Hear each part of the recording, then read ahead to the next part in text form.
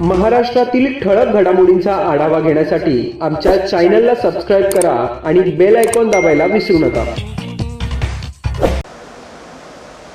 बात ऐसी कि दिवाली के पहले जो मीटिंग हुई थी, वो मीटिंग में मैंने एक मुद्दा रखा था कि गणपति उत्सव के बाद में कोरोना बाधित लोगों की संख्या बढ़ गई थी।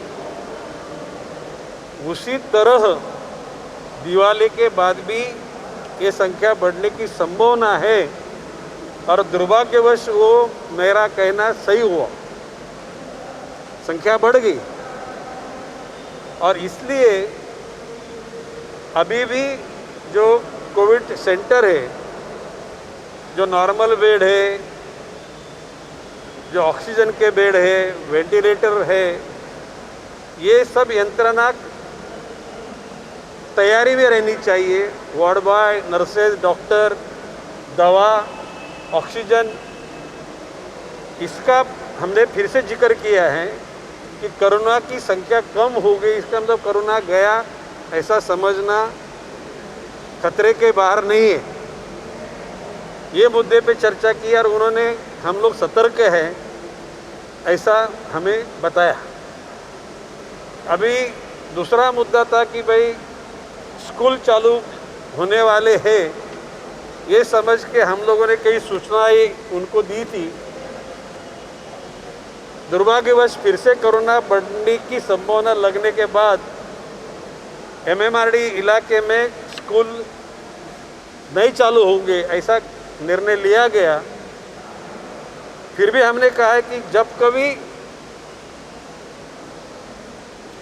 जनवरी 1 से लेकर कभी आगे स्कूल चालू हो जाएंगे, तो अभी से स्कूल के बिल्डिंग की जो हालत है, वहाँ पे दीवार पे रंग कैसा है, वहाँ पे जो कुछ भी साफ़ सफाई होने की ज़रूरत है वो साफ़ सफाई करनी चाहिए। बेंचेस, कुर्सियाँ, जो इलेक्ट्रॉनिक इक्विपमेंट होंगे, स्कूल के इमारत के बाहर का वातावरण भी बच्चों लोग जाने लायक होना चाहिए।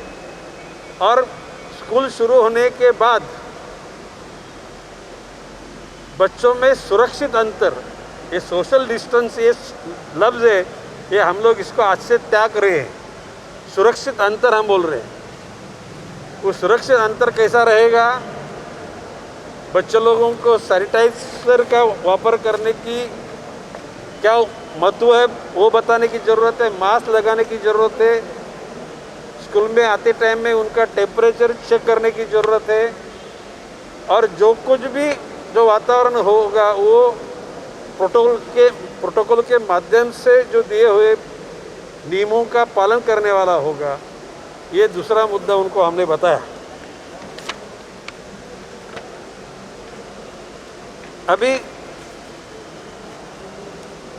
जो कोपरखैरना में अहिल्या देवी होलकर बाल माता रुग्णालय है, उसका काम बहुत स्लो चल रहा है, उस पर ध्यान दिया गया नहीं और उसके वजह से बहुत डिले हो रहा है। कोपरखैरना में LIG के लोग ज़्यादा रहते हैं, लो इनकम ग्रुप के, तो वो बिल्डिंग जल्दी जल्दी पूरी हो जाए और लोगों को सुविधा मिले, वो मुद्दा उधर रखा गया।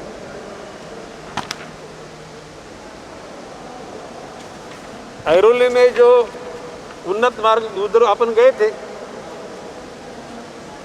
वो थाने बेलापुर रोड क्रॉसिंग करते टाइम में 0 सिग्नल का जो अपना विचार है, उसके लिए जो कंसल्टेंट है महानगर पालिका के और MMRD के कंसल्टेंट एक ही हैं, तो वो उनकी मीटिंग लगा के आगे चल के 0 सिग्नल के लिए वो ब्रिज बाधा नहीं बनेगी, उस पर ध्यान देने का उनका ध्यान हमने आकर्षित किया है।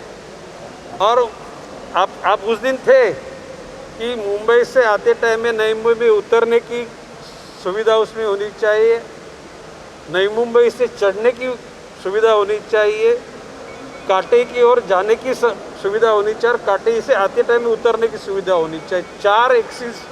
और दशरथ जी भगत अपने जो साथी आए हैं उन्होंने मुझे बताया कि भाई उस पर नकाशा में उसका समावेश होना चाहिए, उसके लिए हम लोग अभी प्रयत्नशील है।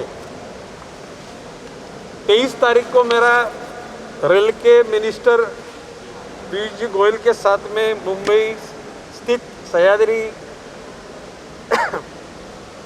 इमारत में मीटिंग हुआ, जिसमें मैंने उनको जिक्र किया कि संजू नाइक सांसद थे तो 2014 में उन्होंने वो ब्रिटिश कालीन जो रेलवे का तालाब, जिसको मुगली तालाब बोलते हैं, वो तालाब टर्म्स एंड कंडीशन रख के नई मुंबई महानगर पालिका को हस्तांतर लीज पे कंडीशन पे देके वो कब्जा यदि महापालिका को मिलेगा तो वहाँ पे साफ सफाई हो जाएगी, जो उसका दीवार है वो दुरुस्त हो जाएगा, वहाँ पे एक पर्यटन का इलाका बनेगा और वो जो उसमें जो मिट्टी बहुत सालों से जमी हुई उसको निकालेंगे तो कई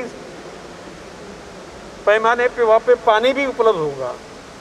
तो उसके लिए उनसे जिक्र किया, वो बात आयुक्त महोदय को हमने बताई और वो पीयूष गोयल साहब के ऑफिस से जो कॉरेस्पोंडेंट आएगा उसके पूरा रिस्पॉन्स देके वो तालाब अपने धरन अपने कब्जे में पूरा सुरक्षा देखभाल करना, वहाँ पे ब्यूटिफिकेशन करना और पानी का संभाल करना, ये भी उसमें मुद्दा निकला। और बाबा साहेब अम्बेडकर का जो स्मारक अपन लोगों ने बनाया, बहुत आनंद से बनाया, बहुत इरादे से बनाया, लेकिन उसका जो भी कुछ अभी निर्माण होने का काम है बहुत डिले हो रहा है। उस पर ध्यान देके उसको जल्दी जल्दी लोगों के उपयोग में लाने के लिए उनको हमने सुझाव दिया और उन्होंने उस पर ध्यान देने का कबूल किया। सबसे बड़ी बात ऐसी है कि जो होल्डिंग पॉन्ड का बहुत सालों से मसला था, तो माननीय आयुक्त जी बांगर साहब ने MCZMA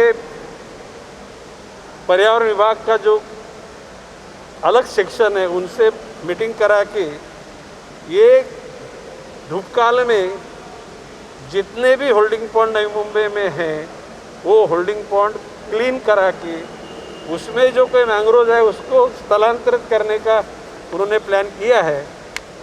मेरे अंदाज से आने वाले बारिश के पहले वो होल्डिंग पॉन्ड क्लीन हो जाएंगे और थोड़े थोड़े प्रमाण में जो शहर में रास्ते पे पानी आता था वो पानी आने वाले बारिश में नहीं रुकेगा, उसका बंदोबस्त करने के लिए हमने हमेशा फॉलो किया है। अभी दूसरी बात ऐसी कि ये गार्डन का कॉन्ट्रैक्ट दिया था, उसमें कमियां थी, कोई गलत था।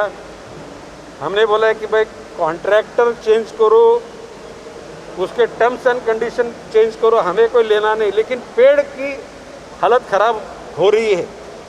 आप डिवाइडर को देखेंगे तो डिवाइडर के पेड़ मरने लगे हैं, कई जगह पे घास नहीं काटा गया, कई जगह पे ढाली नहीं काटी गई। तो हमने बोले हम लोग ये बर्दाश्त करने वाले ने पर्यावरण के प्रोटेक्शन के लिए जो NGOs है, निसर्ग प्रेमी लोग हैं, उनको लेके हम लोग फिर निदर्शन करेंगे और वो जिम्मेदारी आपकी रहेगी। तो अभी उस पर अभी उनको जल्दी निर्णय लेना है, कॉन्ट्रैक्टर चेंज करे तो करो, लेकिन पानी देना, साफ सफाई करना, पेड़ों की सही ढंग से कटवाई करना, नए पेड़ लगाना और जो भी को अपनी को जो उम्मीद जिस वातावरण की है वो वातावरण वहाँ पे निर्माण होना चाहिए।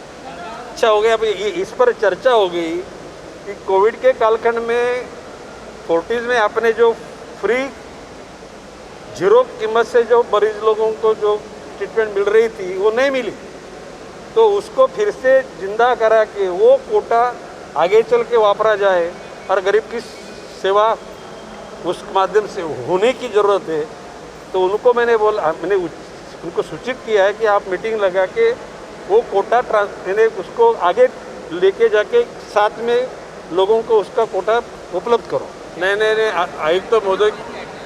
आयुक्त महोदय को मैंने बोला है कि वो डॉक्टर बाबा साहेब अम्बेडकर स्मारक के लिए आपके अधिकारियों को एक मीटिंग ले लो और एक 15-20 दिन के बाद में वहाँ का एमएलए के तौर पे मैं और आप दोनों वो डॉक्टर बाबा साहेब अम्बेडकर स्मारक का विजिट करेंगे, उसमें क्या कमियां हैं और कैसे स्पीड से काम चला है उस पर अपन ध्यान दें। दीघा का तो काम चालू है, खैरना बोनकोड़ा रेलवे स्टेशन के लिए बात तो निकली है। आने वाले शनिवार को जनरल मैनेजर और उनके और अधिकारियों के साथ संजीव नाइक की मीटिंग होने वाली है। पीयूष गोयल साहब ने वो अधिकारियों को बोला है कि संजू नाइक पहले सांसद थे, उन्होंने 2014 में उसको मंजूरी लाई थी।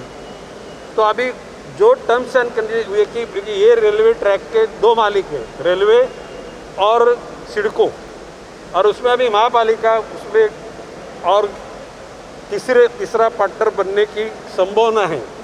तो अभी कैसे ढंग से महापालिका को पार्टनर बने तो महापालिका को उसका क्या फ़ायदा मिलेगा, महापालिका ओर से क्या उधर सुधारना हो जाएगी, उसकी चर्चा संजू नाइक के साथ वो लोग करने वाले हैं। उसके बाद में वो प्रस्ताव बीइंग एमएलए मेरे सूचना के मुताबिक आयुक्त महोदय के पास आएगी। उसके बाद में ज़रूरत पड़ी तो पीयूष गोयल साहब के साथ में वापस मीटिंग ली जाएगी और उसमें से रास्ता निकलेगा।